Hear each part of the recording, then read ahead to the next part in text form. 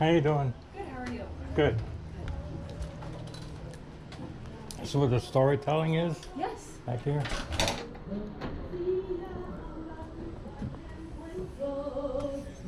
was awesome. Now to the bridge, the middle part of the song. I want you to think of a lovely bird. A lovely bird that you might have seen or dreamt about before. So this is just a really, really short version of what we call our creation story. How this song and dance comes into existence. This version of dance is what we call outstanding dynasty, the Blue Ribbon Trumpet Dance. These songs are the only songs that we can 40 people create new ones for. All the other social dance songs here have been sung the same way since time immemorial.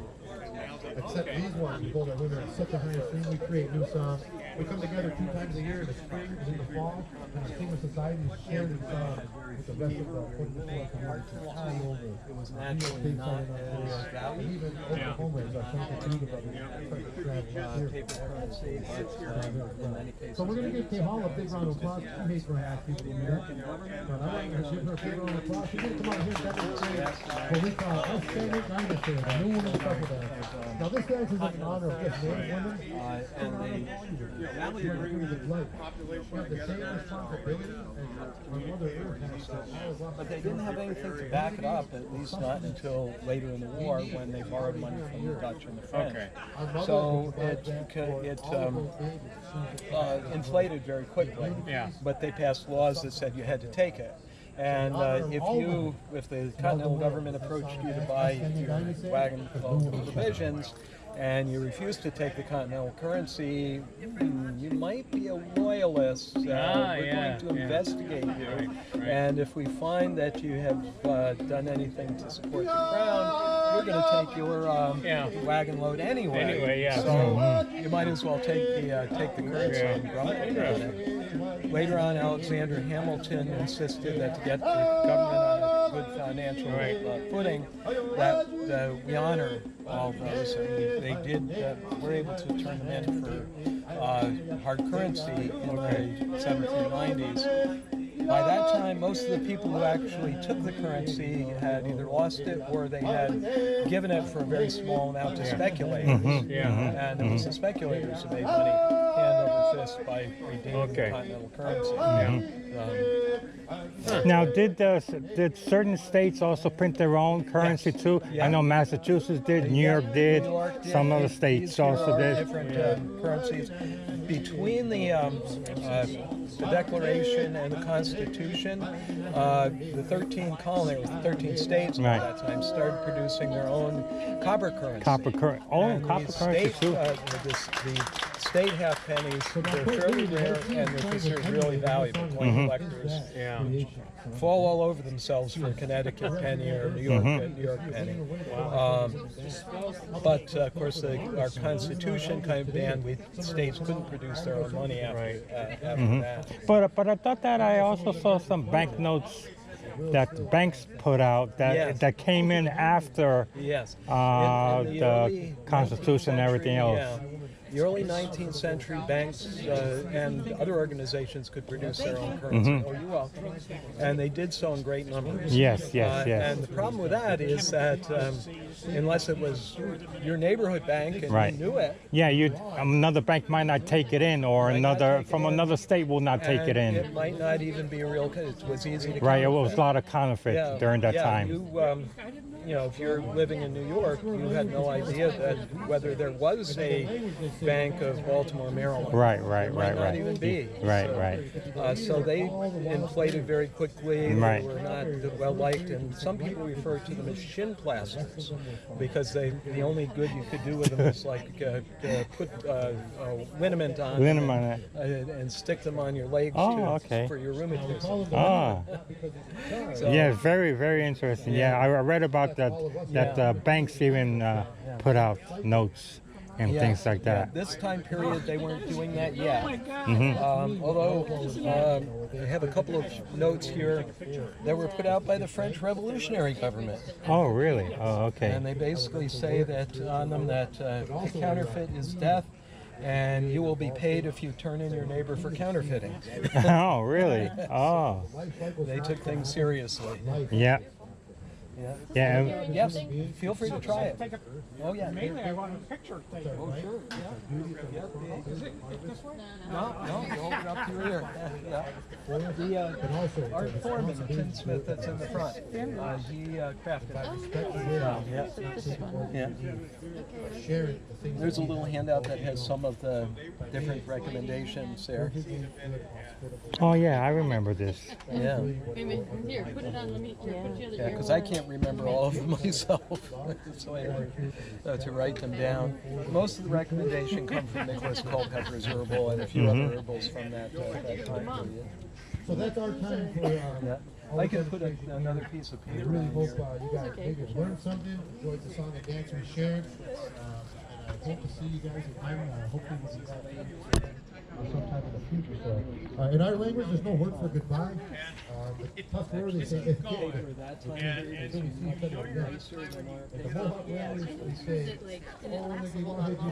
This looks like a piece of a cannonball. What do you think? It's heavy. Don't drop it. Paperbacks from the 2000s. And they're brown. And this is also a cannonball, definitely. Years ago.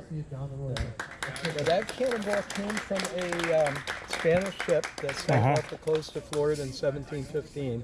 It's a 7-pounder. 7-pound. We've So cannons, calibers are mentioned in pounds. yes, yeah.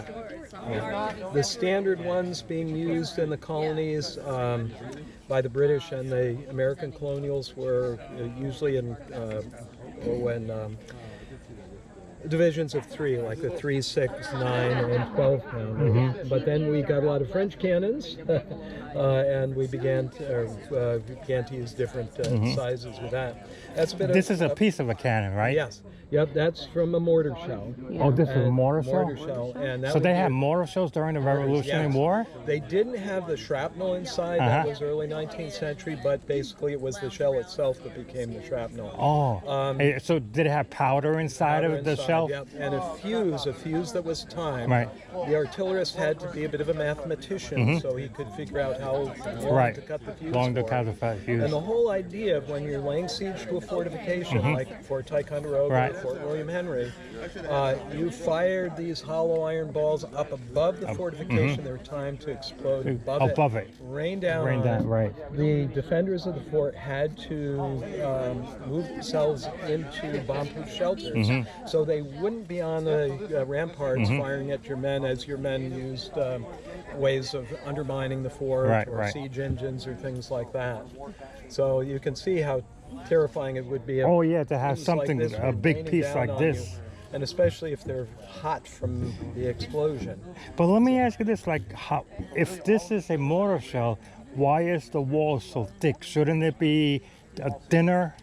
No, Piece. because it would be more likely to blow up in the gun. Oh, okay, have to okay, I break get down. your point, I Yeah. get your point. Mortars were short. Uh-huh. There were howitzers that could be used in both ways, but basically you didn't need as much powder to fire it up. Right, because, yeah. You just wanted to go where you wanted. Right, You didn't have to have any right. much force behind it. Right, right. And then it got where you wanted to go. Go and then exploded. Yeah, that's what it's about. I know there's a group down in Greene County that like once or twice a year runs these events where they actually have home built mortars Yes. and that they shoot off. Yeah, Yeah. yeah. They were. So actually there's a reason for that the wall is so thick. Yeah. If you, they were pretty dangerous, and there were occasions when they blew up in the gun. Yeah, you wouldn't want that. Yes. yeah. You wouldn't want that. The real devastating thing on a battlefield is not so much the solid shot, but canister. And basically, you would take a tin can Oh, and fill it with 40 of those, 40 of those, would and it spit out just like spread a out like a shotgun. Yes, So yes. that's what would control the field. You know, if you had several good artillery pieces, a well-trained gun crew, a line of men. You could easily punch a hole through a line. Yes. Yeah, with Yes. canister shots. Yeah. They used canister shot even up to the Civil War era. Yeah, canister. Yeah. Grape shot is a term often used, but usually it's canister. Mm-hmm. The difference being that the canister was smaller and put in a tin can. The grape shot was usually put in a stand. Yeah, a stand, and it was an iron rod holding it together, or Usually wrapped big wrapped with some cloth or whatever material. Yeah, Yes. they were bigger. Mostly grape shot was used for naval, but it Naval. would occasionally get used on land. And they also, I saw that they had like two cannonballs with a bar between them that they use that in bar the shot. Gentleman over there was showing me a chain shot that he had today. that they use that during a naval engagement. Exactly. Yeah. The whole idea was to disable the ship by Right, cutting the ropes and the cutting the sails. ropes and the sails and main. Yeah, because unless it was one of those large set piece battles, you really didn't want to sink your enemy's ship. Right, you actually wanted that ship. Yeah, you wanted, Yeah, because that yeah. was, you didn't make a lot as a sailor, but if you captured a ship, You, they had a formula from the captain to the cabin boy. They split it up. Yeah. And you could make a good deal of you money. can make money off of the ship and also off the sailors that you captured. You also make money ransoming, especially higher officers that ransomed off. Yeah. Yeah. So if you could capture the ship without sinking it, you were far ahead. You're far ahead of the game. Right. Now I see like some of these have fancy wood on it. Yeah. Now the ones that they used soldiers were they also fancy, or were they plain wood? There were, of course, different and a little bit of a hierarchy there. This and this would be the standard muskets of the time period. This is a British and this is a French. But that's the best, right? It's a Brown Bess. Brown Bess. This is a reproduction. And this is an original. But there were rifles available. Rifles were civilian arms, so it was as fancy as you could afford. Right. People who lived out on the frontier preferred rifles. At the beginning of the Revolution, several regiments of riflemen were created and came and volunteered to the American cause. Right. Much more accurate, incredibly more accurate. You could kill someone at 300 to 500 Now yards. these were all round ball or conical? Did they use any round ball? The Wasn't conical didn't take place until the Civil War, 1850s. right? Civil War. Yeah. The conical ball or the expand base made them much more devastating. Yeah, and they also can be loaded easier because they weren't out the same they size, don't have to fit and to the because barrel. it's just when the powder hits them that they expand and go down the rifle. Exactly. Yeah, and it uses much more force from the powder. Yeah. The standard musket, the ball is a little bit smaller than the barrel, so it loads much more quickly. But a lot of the powder, the gas goes around it. Right. So it takes a lot of. But didn't they force use those patches in rifles? only in rifles, not in Rifles, muskets? Yeah, muskets were a different thing. You had a cartridge box. You bit open a paper cartridge, that poured the powder down, dropped the musket ball down, pushed it down with the rammer. If you were well trained, you could do it 3 or sometimes as much as 4 times a minute. 4 times a minute. But, So they did not use patches in rifles. muskets, Yep. only in rifles. Americans used rifles, and some British loyalists did as well. But with a rifle, you have the rifling in the barrel, you have a patch around the ball. Of course, long before the conical bullet, Right. it meant you didn't have to do that. And so the patch has to contact the rifling for it to get any accuracy. Right. So it takes you a long time. Oh, to so the drive it ball actually engaged the rifling. I mean, not the ball, the patch. down. The patch. The yeah, patch. Exactly. Okay. And then you rammed it down. Once you've fired it a couple times, black powder is very dirty. Right, very so dirty. it's Yeah. harder to put it down. So you might have to be in the middle of the battle with a cloth swabbing the barrel. Swabbing it down. And so that puts you at a distinct disadvantage to a musketman on a quick-firing musket. Also, being a civilian weapon, they were not equipped with a bayonet. Bayonet. So bayonet you lock, might have right. a tomahawk, you might have a short sword, but you're going to be overrun. by a British But that was bayonet. mainly used for picking out certain soldiers or certain objectives. It was not as a mass firing weapon. At first, they put the riflemen in the line with the others. They did? Yes, but that soon proved to be a disaster. The British were quite angry with the concept of the riflemen, so they would leave the men pinned to trees with bayonet. But the Americans, by the time of the Battle of Saratoga, realized how to use the riflemen more effectively, and again, they were using them, like I said, as picking off officers. Right, and so right, forth. right. The apex of that was at the Battle of Saratoga. Daniel Morgan was the commander of the riflemen. He co-commanded with Major Henry Dearborn, who commanded the light infantry, which were armed with muskets. So the musketmen were able to protect the riflemen, so the riflemen could have the leisure to Right, climb the right. trees, behind fences, and pick off the officers. And what's even more important, the artillerymen. Right.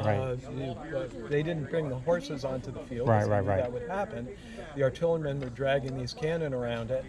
So you might have canister shot, you might have a very effective gun crew, but you're shooting them down one by one. One by one, so right. that knocks the cannon out of the picture. Timothy Murphy said to have killed at least 300 yards. The second in command, Brigadier Simon Fraser, which disrupted the command structure. Right. So the riflemen really helped to win in the day at that particular, because they were used effectively. They knew how to use them.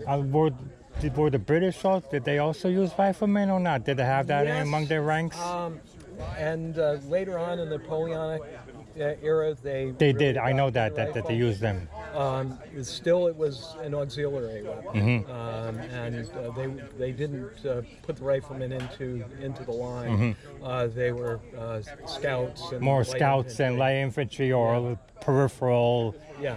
And during the engagements. Revolution, there were some loyalists on the British side that brought their rifles into the mix. Even some officers. One of the officers, I'm trying to figure out, Ferguson, St. Ferguson, he developed a rifle that would have been a game changer, but it was too expensive to make in great amounts. But he had a breech loading rifle. Oh, okay. It had a screw at the end that when you took the trigger guard, you twisted it around, and that screw part dropped down, and then you could load from the back. But also again, would the ball and powder be in that paper thing, and then they put that. You would have to have had some kind of a connection, because it would be pretty hard. You wouldn't have to be putting in loose powder and a loose ball in there. Military, you generally didn't use the loose powder. Except for the riflemen, they still were using powder horns. Oftentimes they'd have a block where they patched the balls and put it in, so they could put it in fairly quickly. Yeah, very quickly. But still, it was nowhere near as fast as very fast. So you say up to 3 to 4 shots a minute with a musket. With a musket. A rifle would be. Well, I would say probably it would take you over a minute to. A minute per shot. Depending on how fouled the piece was. Right. Fired it 2 times, and I've fired rifles like this, and once you fired it once or twice, you literally have to pound down the ramrod with a hammer. So Right. I took a musket loading, whatever class. Oh my God, it took me 5 minutes to load. And the first story I ever want to share with you is